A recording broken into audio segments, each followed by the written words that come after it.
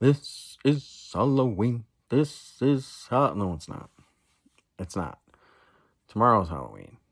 But I thought today, with an off day, was a good time to just kind of talk about Halloween a little bit, and the the magnitude of it in 1995, um,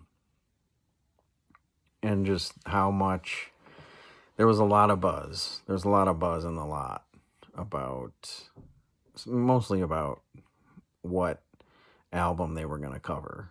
So these are this is only the second year that they've done this, um, and the first year was obviously, or maybe not obviously, if you don't know. First year they did the Beatles' White Album, which is an insane undertaking.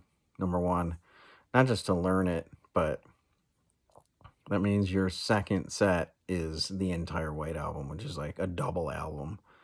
Um, that was a long night. I specifically remember not getting tickets to that show and then seriously pondering whether or not I was going to just go up there anyway and just try to get in. Um, and it would have totally been worth it. I think I should have. I probably should have. I don't know if you guys have heard the lore of Halloween '94, but there were people sneaking in through the roof. I guess I don't know how, but this was in Glens Falls, at Glens Falls Civic Center. Um, but that set the tone.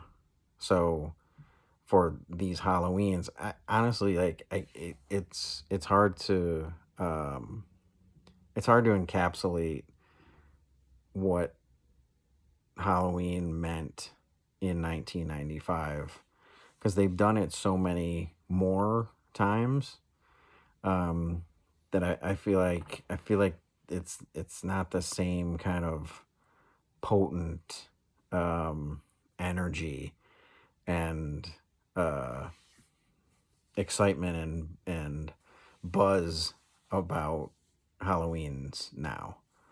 Um, it certainly wasn't, uh, certainly not as much as it was, um, on this day 30 years ago. Um, so I initial post has my uh, fish mail order receipt, um, and I mentioned in the caption, like, it's probably one of the top three things I've ever gotten in the mail. And I've gotten a lot of fish tickets in the mail, but this one, again, because it was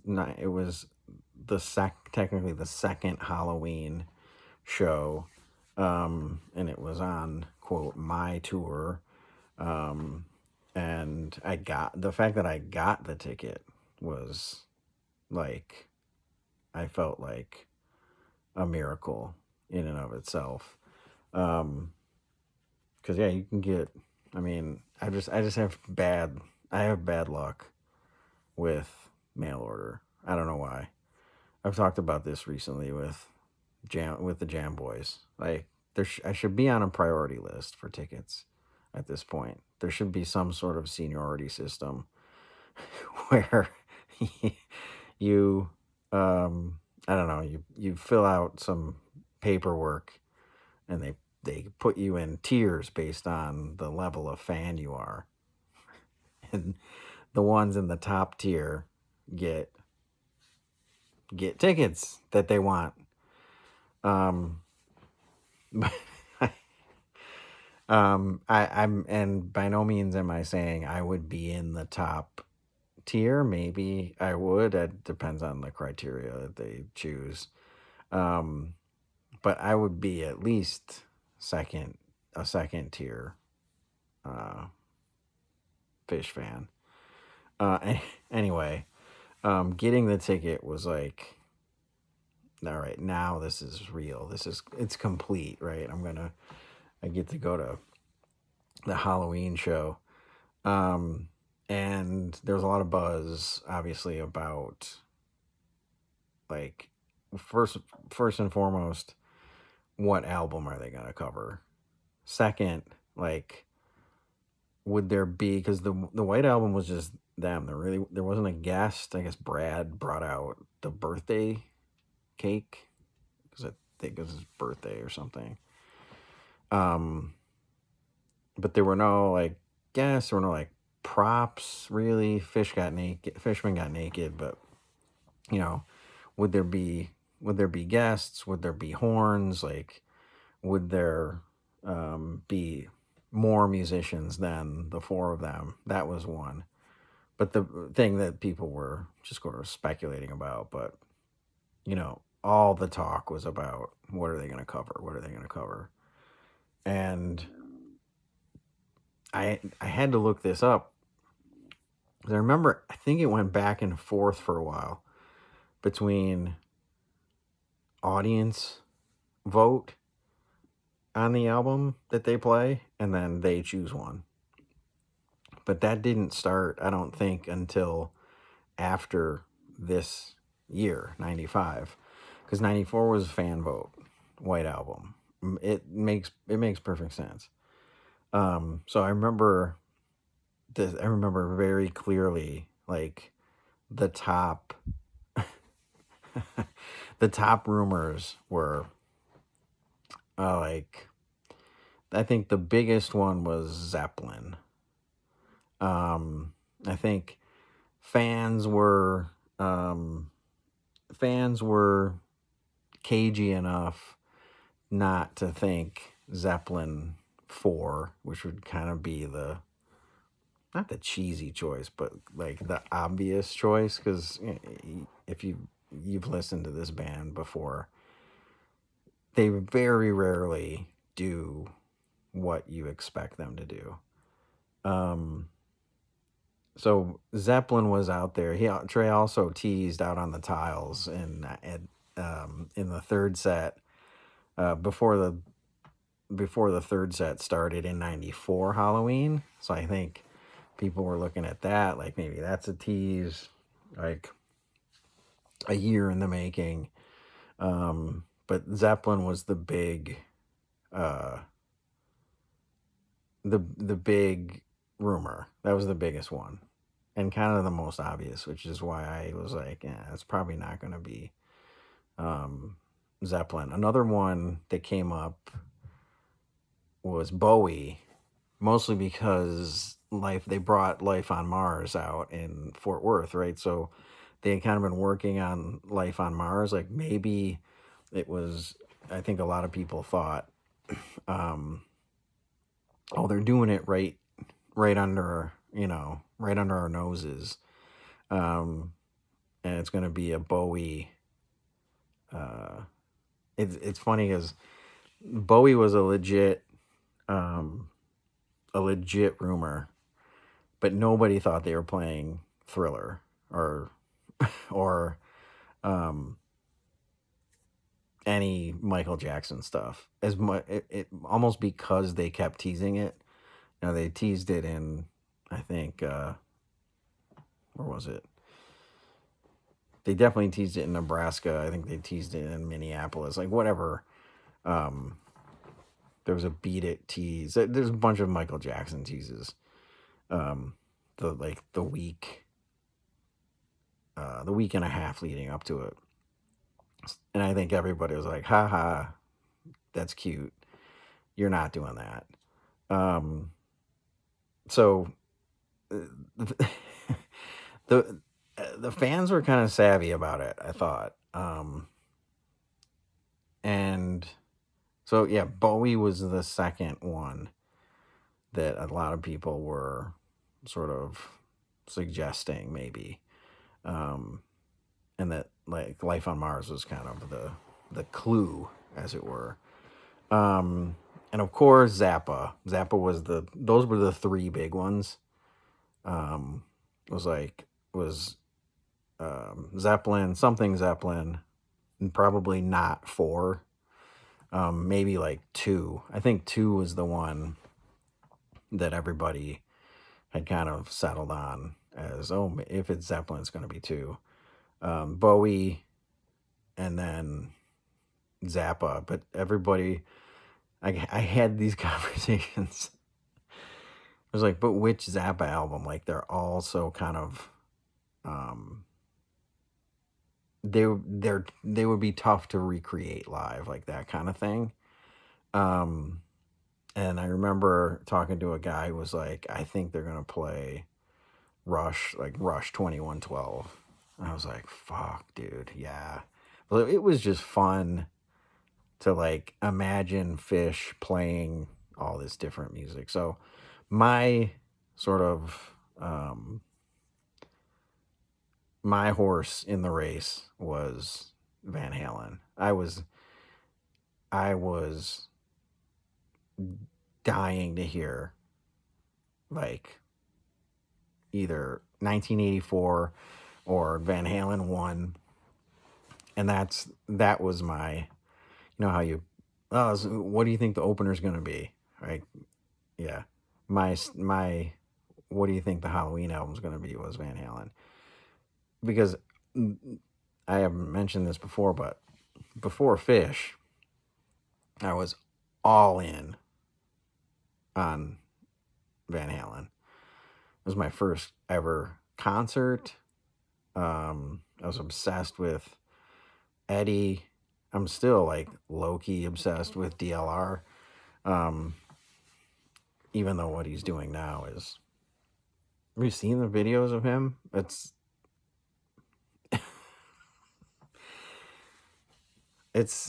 the funniest sad thing I've ever seen. Um, he's still out with some band and just hacking through all these old Van Halen songs. For 70-year-olds, it's rough. Um, but I was hoping so badly for Van Halen, and um, I'm not gonna get into. I'm not gonna talk about what it is. You probably already know anyway, but um, what the kicker was this. So skip ahead 3 years. Um, I'm in Chicago with Riley, and we went to, they did 3 nights at the UIC Pavilion at University of Chicago, Illinois campus. And it was like November. It was almost 3 years later. The 7th, 8th, and 9th, I think. They did a 3-night run. Mary and I went out to see Matt and Amy, stay with them in Chicago. And it just so happened that the Fish book came out on one of the days. So Riley and I get up at like 5 in the morning, go to get in line. We're like, I don't even know. Like, there might be nobody there. There might be a line around the corner. Like that you guys know that's the thing with Fish is like they're so huge to us, but in the context of other musicians and bands and things like that, like most people are like, yeah, no one cares. But we didn't want to take the chance. That's And so we're in line at like 5 in the morning. No one's there to get the book signed. They were doing a signing. I don't want to get too in the weeds with this story, but we were the first in line, so we go in, and it was at Borders, and we ended up. They were signing the book. Obviously, you had to buy the book, and they were going to sign the book, but they would sign something, another item. They'd sign 2 items per person, one being the book. So Riley and I are like, wow, what do we get to sign? And just the fucking dipshit logic that we had. they had just released Story of the Ghost on vinyl. Like the first pressing was out. We totally could have bought that at Borders, bought that, had them sign a first press of Story of the Ghost. What do? We go, actually, let's get, oh, we should have them sign a Junta CD. Why? Because it's their first album. We should have them sign the fifth pressing of Junta. Yeah, that's the way to go.